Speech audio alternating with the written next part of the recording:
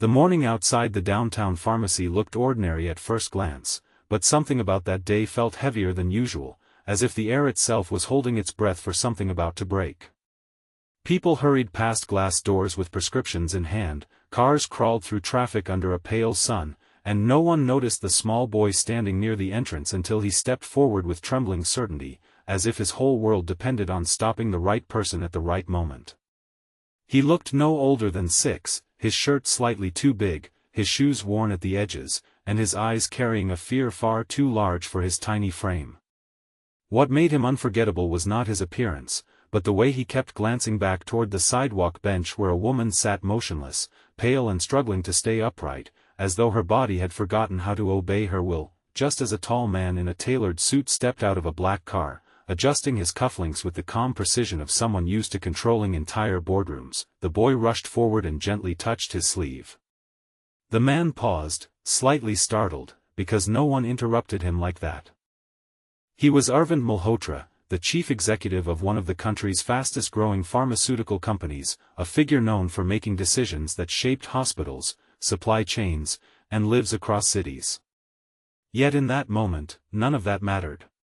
What mattered was the boy's trembling voice and the desperate look in his eyes as he pointed toward the bench and asked the words that froze everything around them. "Can you help my mommy stand up?" Before the story continues, if you believe in kindness, second chances, and the quiet power of strangers helping strangers, take a moment to like, comment, share, and subscribe to Kindness Hub so more stories like this can reach the world and remind us that compassion still exists in unexpected places. Arvind followed the boy's gaze and saw her.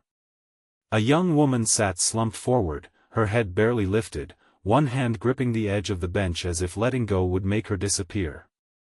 Something about her posture spoke of exhaustion deeper than sleep deprivation, something closer to collapse from carrying too much alone for too long. The boy clutched Arvind's sleeve tighter, repeating without words that she could not stand, that she had tried and failed, and that time was running out in a way he could not understand but deeply feared. Without hesitation, Arvind walked toward her, the same man who had once dismissed emergency meetings for not fitting his schedule now kneeling on a public sidewalk. The woman tried to lift her head when she saw him approaching, but her strength gave out halfway. Her name was Meher Qureshi, a single mother who had been working double shifts at a small clinic while caring for her son, Zion, and managing a condition she could no longer afford to ignore. The illness had crept in slowly, stealing her energy first, then her balance, and finally her ability to pretend everything was fine. That morning, she had left home believing she could make it through one more errand. She had been wrong. Arvind signaled for water, for help, for anything nearby that might stabilize her condition. But the boy's voice cut through everything again, soft but urgent, as he asked if his mother was going to wake up properly or stay like this forever. That question hit harder than anything Arvind had heard in years. He had built a company that produced medicines for millions, yet here he was unable to help one woman on a bench in front of a pharmacy. For the first time in a long while, success felt strangely meaningless. He called for his driver, but instead of leaving, he stayed. Something about the boy's eyes reminded him of a memory he rarely allowed himself to revisit, a memory of sitting beside a hospital bed as a child, watching his own mother struggle with a disease that medicine at the time could barely manage. That helplessness had shaped him into the man he was, but somewhere along the way, he had forgotten what it felt like to be on the other side of care. The pharmacy staff finally came out with assistance, and Meher was carefully helped inside where she could be stabilized. Arvind did not leave. He waited, standing quietly among people who had no idea who he was, only that a child was still holding onto his hand as if it were the only stable thing in his world. Inside, Meher was given immediate attention, fluids, oxygen, and the careful examination of a doctor who frowned at her condition. It was severe dehydration mixed with an untreated neurological imbalance that had been worsening for months without proper medication. The situation was not immediately fatal, but it was dangerously close to becoming so if ignored any longer. Zion sat beside Arvind in silence, occasionally asking if his mother would still be able to smile like before. Each question chipped away at the executive armor Arvind had built over decades. He found himself answering gently, not with promises, but with presence, something he rarely offered anyone outside business dealings. Hours passed before Meher was stable enough to speak. When she finally opened her eyes, the first thing she saw was her son holding her hand and a man she did not recognize standing quietly nearby. Confusion gave way to fear, then to relief as Zion explained in his own words that the man had helped her. Arvind simply nodded, saying nothing about who he was, because titles suddenly felt irrelevant. What followed was not an instant miracle but a slow unfolding of responsibility. Arvind ensured Meher received proper treatment at one of his company's affiliated hospitals, though he never announced his involvement. He quietly arranged for specialists to assess her condition, for medication she could not afford, and for a recovery plan that did not collapse under financial pressure.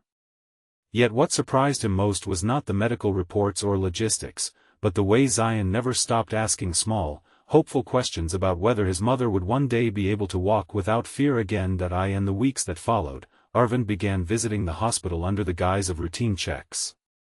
He would sit in waiting areas, sometimes watching Meher regain strength little by little.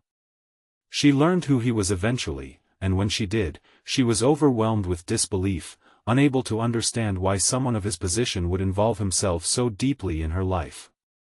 He never gave a clear answer, because he was not entirely sure himself. The truth was simpler than he wanted to admit.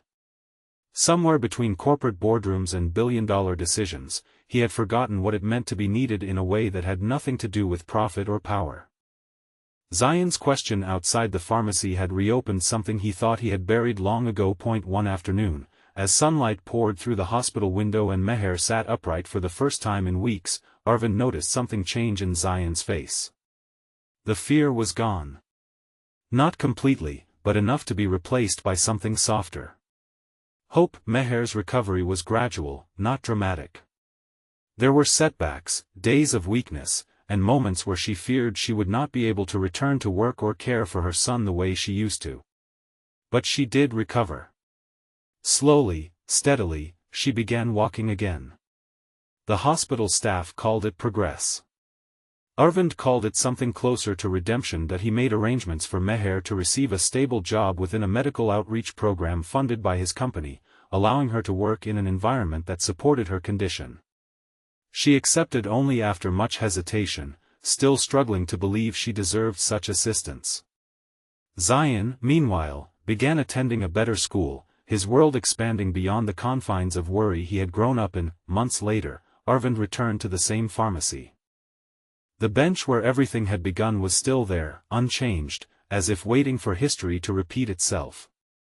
He stood there for a moment, remembering the small hand that had once grabbed his sleeve and changed the direction of his entire life without even knowing it, and then, unexpectedly, Zion appeared again, running toward him with the kind of joy only children carry when the world finally feels safe again. Behind him, Meher walked slowly but confidently, no longer needing support.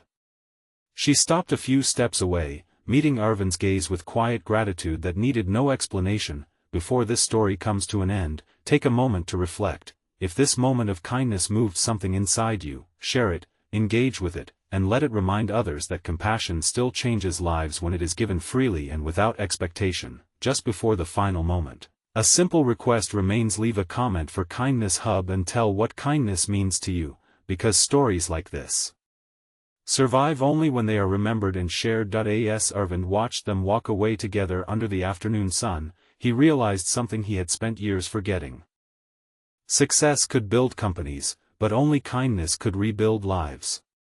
And sometimes, the most important question in the world is not asked in boardrooms or hospitals, but by a small child outside a pharmacy, hoping someone will stop long enough to care.